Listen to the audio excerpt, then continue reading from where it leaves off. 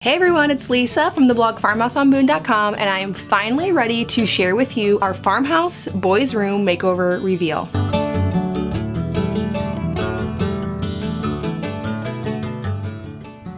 I announced this makeover here in our home months ago. I'd have to look back here on my channel to see when I actually announced this makeover.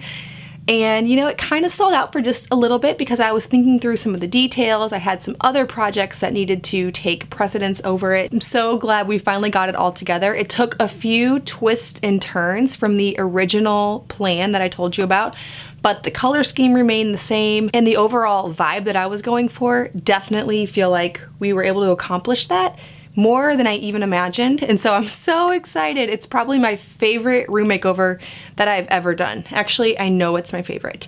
I kept coming up in here yesterday after getting all the finishing touches on it and just standing in here looking at it because it just turned out so adorable. So to recap some of the things that we did, we put a planked ceiling up over the popcorn ceiling. So I shared a tutorial here on my channel for how to do that process. It was super cheap because we just used plywood, so I'll link that down below. We got new beds. We had bunk beds and a crib in here before, but now that my son is going to be 3 this month, we got rid of the crib, and I wanted so bad to get some cute iron beds in here, and I really didn't think it was going to be possible because every way I looked at it, if the beds went this way, they'd block the room door.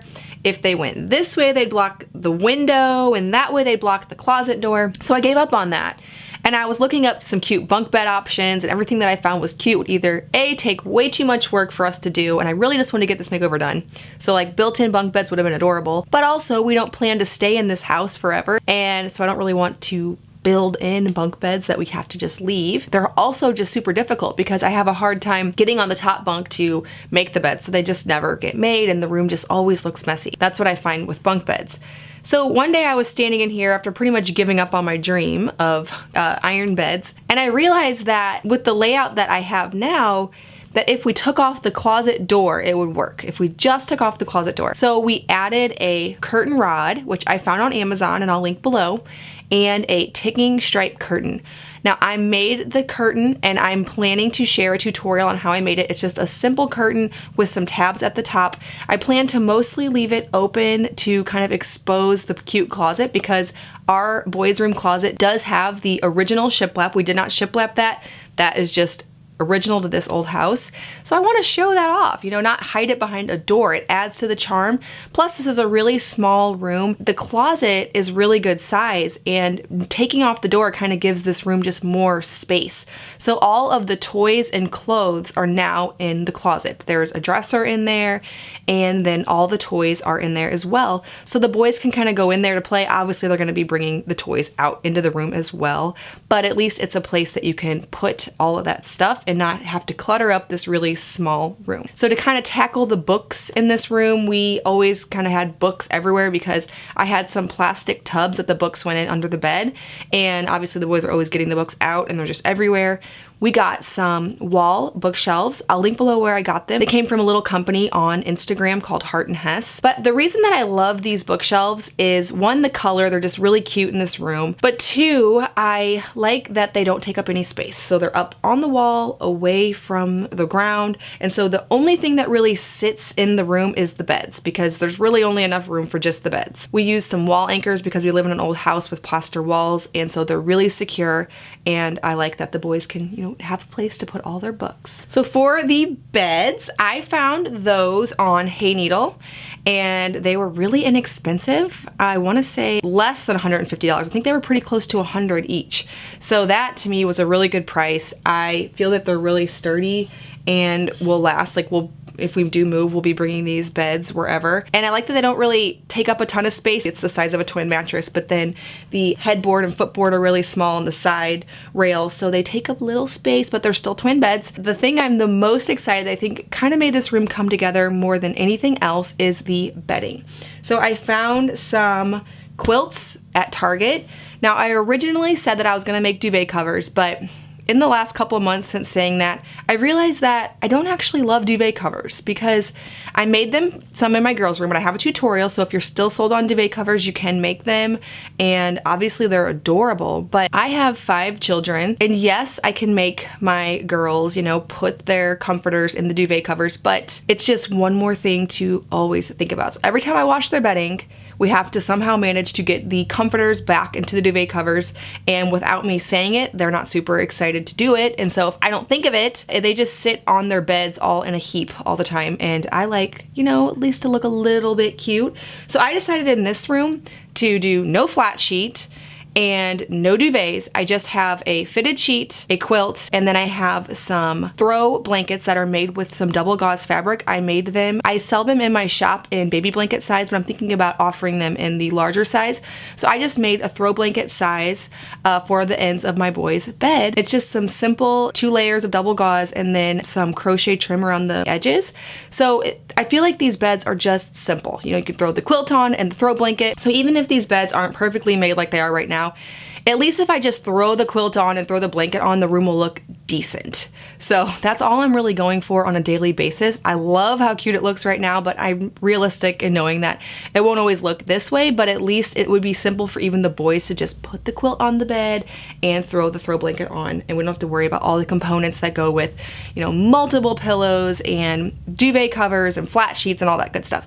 So for the pillows, I made these also for the magazine photo shoot. We got some of these fabrics to kind of bring some more color into our home, and I had a lot of leftover fabric. These just, to me, tied everything together. They gave it a little bit of a modern feel because I love like the antique and vintage textures of like linen and stripe and ticking and quilts and all that.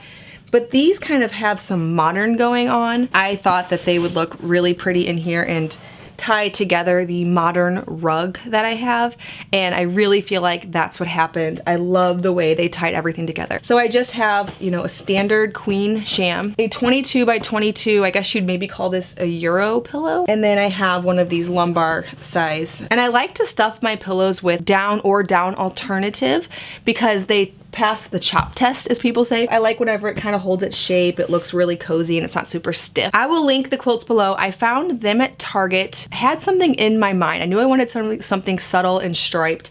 These are the striped gray quilts, but they actually to me look more tan, which is kind of what I wanted. I kind of wanted to branch away from gray. We had a dark gray in this room before, and I just wanted, you know, soft and tans and creams, and so that really brings out what's going on down in the rug. They're perfect for this room, and so it was one of those things where I've never bought bedding for these boys. We've always just kind of had just some mismatched blankets, and I wanted bedding in this room that matched. It'll grow with them. It's not, you know, a babyish color or characters. It's just, you know, simple, soft, and it will carry them through. Only had them in the full and queen size, not twin.